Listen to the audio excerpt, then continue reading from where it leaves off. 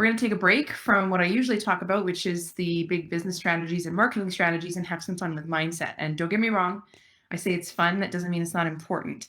A success mindset really is even more important than strategy. But I think spending time envisioning your future is way more fun than spreadsheets any day. So your visions aren't going to work without a plan, and your plan is not going to work without a vision. So the two really go hand in hand. Let's start with a success mindset. So what's a success mindset? It's really a combination of factors. Growth mindset is one of the key components to having a success mindset. So a fixed mindset is believing that your personality, your intelligence, your creativity, or your skill set just can't improve or change. Whereas a growth mindset that really thrives on challenges, and you see failure as an opportunity to improve rather than just a confirmation of your poor performance, right? So with a growth mindset, you believe that you can become better with time and practice. So I have to say, I had a call with my coach a couple of months ago, and she asked me what the single mindset trait was that I would give credit to for being able to lift myself up from those tough days of starting a new business. And if you don't know my story, finding myself homeless with a newborn and a 6-year-old and a new business to $1 million business. What was it? What was the key to that success? And I realized it was 100% growth mindset. I didn't know everything I needed to know. I didn't have the resources I needed, but I knew I could figure it out. I knew I could learn what I needed to learn, find the resources I needed to find, and figure it out and reach that goal eventually. Now, don't get me wrong. There were times when we all say to ourselves, forget it. I can't do this. It's too hard. I know that happened to me a bunch of times, but overall, my mindset was I could and I would figure out how to drag us out of that hole. So having a growth mindset is a huge part of having a success mindset. And a success mindset also means being proactive, positive, determined, and goal oriented. So that's kind of the first piece of the puzzle. Now, the fun part of this is casting the vision. It's a fun and powerful exercise, and that's really what we're going to focus on today. So we're going to dig down and figure out what you want your future to look like, what your ideal business and relationships look like, what you're working towards. And what if I told you that the process of deciding what you want in life will actually help you get what you want in life? So the simple process of creating that clear vision for your future is the very tool that will create that future out of nothingness. That's pretty cool, right? So this is the secret, and it's literally the secret. The tool that mega successes like Tony Robbins, Oprah, Sara Blakely, founder of Spanx, seems to be working for her. She's having a heck of a year. They've used this for decades, and it's free and it's fun and it works. So in order to bring your perfect life into being, you first need to know what that looks like. How does it look? What do you do each day? Where do you live? Who are you surrounded by? So maybe in your vision, you have a great house. Well, that's a great start, but you can dig a bit deeper. So specifically about that house, what's the property like? Do you have a large treed yard or a pool? Is it in the mountains? Is it maybe on a Caribbean beach? Is it new and modern and sleek, lots of glass and white walls? Or maybe it's more traditional. Maybe it's a brick construction with flower boxes and shutters. And then what do you see when you walk through the front door? Imagine it in your mind. How does it smell? What are the first things that you see when you walk through that front door? You want to walk through that future home in your mind and really work out all the finer details so that you can actually picture yourself walking through the door. Okay, so have you started to really see it in your head? And don't stop there. There's far more to a life than just your home. You want to think about what charities or causes you support in the future. What do you do for them? Who do you love? What do you do every day? So I'm going to go through a few ideas to get you started on your own list in just a minute. But once you've started to build that pretty picture of what you'd like your life to be, how does that get you closer to making it happen, right? Well, that's a good question, and it's the really cool part. So your brain doesn't like discrepancies between what you visualize and what's your reality. Your mind wants to reconcile those two worlds closer and reconcile the differences.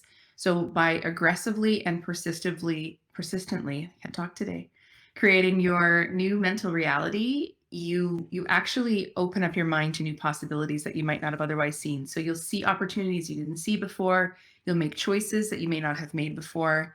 And you're going to take chances that you might have backed away from if you didn't have this new alternate reality in your head. It's a well-studied phenomenon. The science behind it is really fascinating. One of the books that I love to read on this is Jack Canfield's Success Principles. And he has a lot of He has a lot of, theory, but he also has a lot of practice that you can put to use right away. So that's a good one. All right, so here's a list to get you started. So imagine your home. Think about the style, the view, the location, the lighting, the furnishings. You want to find images that match your mental image and then design your relationship. So, who's in your life? Is it a better relationship with someone that you know now? Is it someone you haven't met yet? How do they treat you? What do you do together? What do you fill your days with? Are you retired? Are you running a Fortune 500 company? Are you fundraising for your favorite cause? Maybe you have just time to be home with your kids. What are your goals? And the bigger, the better, honestly. Do you want to meet Oprah? Do you want to visit the moon? Do you want to clean up the oceans? No goal is too big. You want to visualize that goal being met. So put that picture of you and Oprah on your board. Imagine diving in the clean oceans after your solution's been used, and then add pictures of, beautiful dive sites from around the world. The more specific your goal is, the better. And here's a pro tip for you. Don't just imagine the fun stuff. So think about the not so fun stuff that's going to be part of you reaching those goals. So for example, if your goal is to run a marathon, don't just imagine crossing the finish line and receiving a medal. You could do that. That's great. But you also want to think about those last few miles when you're going to be exhausted and it's raining and you have blisters on your feet and you think you can't go on, because the more you visualize the hard stuff that you're going to encounter on the way to your goal, and the more you see yourself pushing through and conquering that, the less difficult it will be when you hit those barriers in reality.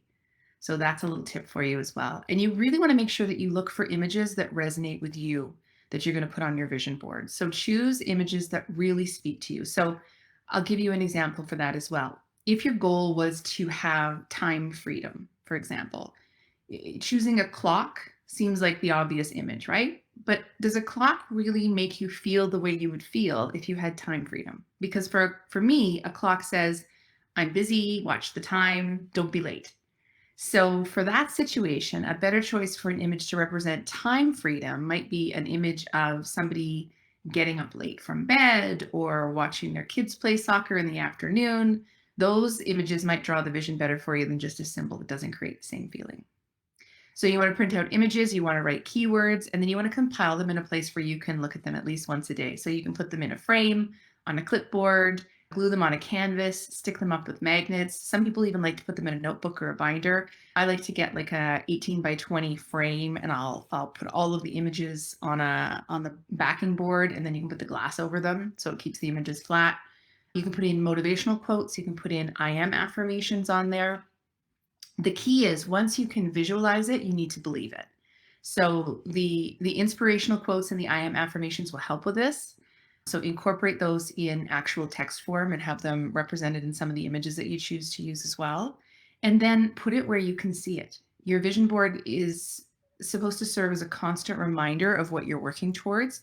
So you need to spend time with your vision board or your vision book and visualize that ideal future every morning and every evening if possible. Even 5 minutes of focusing on the details is going to have an impact. So hang it in an area that you pass every day, the fridge, the mirror in the bathroom, the wall next to your bed. You can even take a photo of it and save it on your phone as your wallpaper. That works really well as well. And then once you've placed it where you can see it, be intentional about taking the time out to look at it. So read the affirmations out loud, take the time to visualize yourself already in the pictures and feeling how you want to feel in those moments. Visualization is the key to your success. And most importantly, don't imagine your new reality as an I wish or I hope. It's really critical that you walk through it in your mind as though it is real and true and inevitable. So you get to imagine your reality into being. Can it get better than that? Well, actually, it can, because the side effect of these virtual visits to your future is increased self-esteem and positivity. So just by imagining your ideal reality, you'll actually feel buoyed emotionally in your current reality.